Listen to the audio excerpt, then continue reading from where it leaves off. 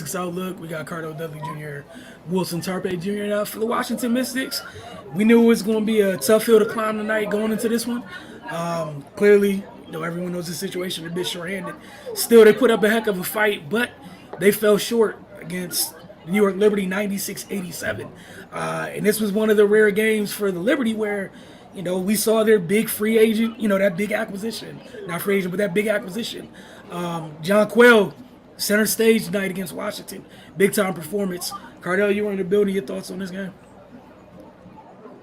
Two things I was looking at when this game, going into this game, was that the Liberty, they're number one in 3-point shooting and across the board, like attempts, makes, and percentage. So you got to be able to defend the three.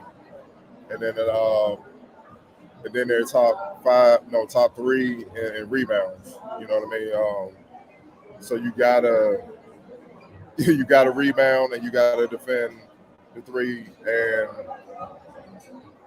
I think the Mystics did okay. They did a little better than on average. They held them to 35%, just under their average. They shoot 38%. I'm talking about the Liberty shoot 38% from three on the season.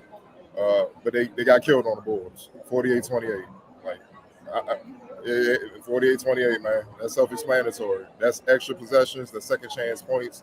And another area they got killed. It won't show up in the fast break points, 14-7. But a lot of times, Stewie and John Quill were beating the Mystics bigs all night long in very easy baskets, and they still missed quite a few layups. So they made all their layups just getting out ahead. It could have been worse. What saved the Mystics was, and kudos to the Mystics, seriously wounded. We know that they put up a hell of a fight. They competed. That's all you can ask for in this situation. They ain't coming here just lay down and get slaughtered. They put up a hell of a fight. They had the chance to win early and midway through the fourth. They did. They was only down 3. But they turned the Liberty over, man. That's what kept them in this game. Their guards got after it. They leaned on their guards, which they had to do. They're seriously winning in the front court.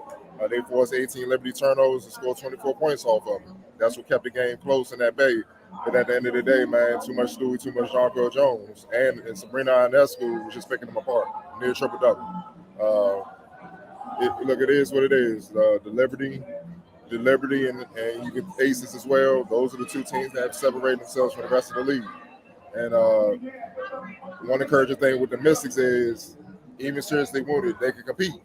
So that shows you they're not far off. But they gotta get healthy, and they gotta put a run together. It can't be 2 wins and then 2 losses. They're 11-10 now. They got to put together like a 5-6 game winning streak, move up in the standings and stuff. It's urgent. I applaud them, man. Tiana Hawkins, she's down there battling, man. One of those ladies is hell to deal with. Stewie, Jonka, just dealing with one. She had to bang with 2, sometimes 2 in the same possession. You know what I mean? She was getting blocks, helping, rotating over, helping inside. She got called for some ticky-tack fouls that threw her out of rhythm. But nonetheless, she battled, man. You got to give her credit. We knew the guards were going to battle. Sykes, Cloud, Shatori Walker, Kimbrough gave them good minutes. She competed. She did her thing, efficient from the field. Mike Johns Allen struggled. She's still trying to find a way. It is what it is. And they needed all hands on deck. But the bench points, man, 6 points from the Mystics. You needed more. Man. Especially when you got Stewie going for 24, John Quill 27, Ionescu 16, and Vandersloot had 12, and she was in cruise control, and Laney had 10. All 5 starters scored in double figures. You needed more, man. I'm happy how they competed. I wish they would have competed like this in the last game. This is how they got to compete for the rest of the season. They can't come in here like a lackadaisical no more, man. It's urgent now. It's real. It's 11-10. So if they want any chance of trying to stay in the playoff mix or whatever, they got to hold it down, man. But the Liberty are who they are, man. They loaded. They're very loaded. They got a lot of – and the sad thing is they still look like they got another level to go. That's the scary thing about the Liberty. They still – you can tell trying to work out the kinks right now. So, hell of a game. See how the Mystics rebound on Sunday. Yeah, like you said, that was the thing that popped off just watching. I'm sure it was more impressive in person. Just how fast John Quell and Stewart getting down the floor. Like, they were flying up and down the floor. And to your point, we see what they did on the glass, and yeah, that might have been the one area Washington might be able to take it. Might have had an opportunity to take advantage in this game was the bench.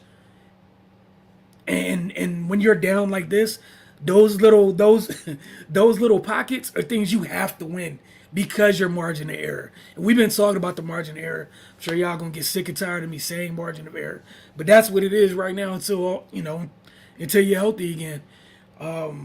That said, like you mentioned, they're 11-10 right now. That puts them down to sixth in the league. You know, that's really only is really only a game and a half or so over Minnesota. Minnesota's 10-12. So like if you were to fall on Sunday, man, we're looking at seventh. Like seventh's not that far away, and that's the tough part. But yeah, I'm very happy that they competed, being as short-handed they are. But look, man, they have to find a way to just hold water until folks get back, and that means you need to get some of these wins in here. You need to throw some of these wins on the schedule. You need them bad. We saw what happened tonight in terms of on the glass. You got a very large human being coming in the building on Sunday. Again, all hands on deck on the glass. Like it just is what it is right now. We know what you're missing, but you know that's a known at this point. You got to deal with what you can't control, and you have to like this is the bar in terms of how hard they have to compete until folks get back and shit. They need to continue to compete that hard when folks get back. But player of the game, Oh, John Quill. She dominated inside. This one play that stuck on my mind. They got an ISO and she posted on Maisha's Island. We know Maisha's more solid than her, so I'm like from the mid post. I'm looking at John Quill like I don't know about this one. Like her posting her up. I don't know about that now. Skill moves and you shooting over, you got that. I don't know, man. She body her like a little guard. Put her right underneath the basket, laid it up. I was like, oh Lord, yeah. That is certain plays where it shows like, yeah, this you can see where this is about to go, and it went that way, man. And she was dominant. And the crazy thing is, I'm looking at John Quill.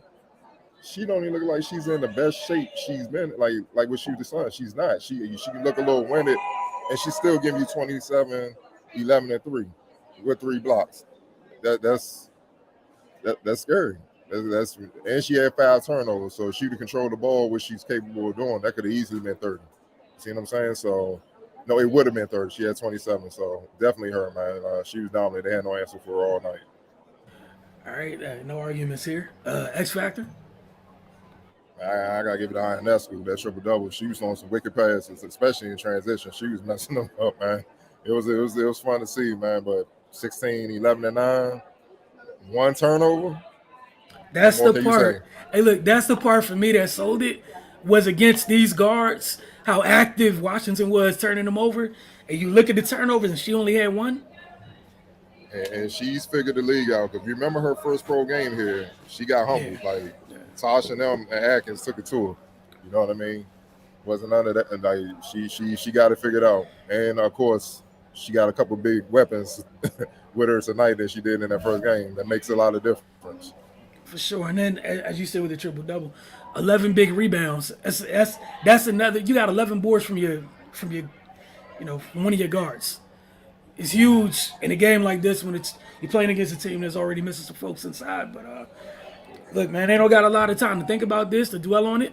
You got the Mercury coming in there on Sunday, and Phoenix. This is the thing. This is one of those games on Sunday you can't afford to drop. One, you need to win very badly. Also, Phoenix is in 10th at the moment. They're 6-15. That's not to say they can't come in and handle business. Just they need to. Washington needs this win on Sunday. We'll see how things go. But appreciate you guys tuning in tonight. We'll check in with you guys on Sunday afternoon.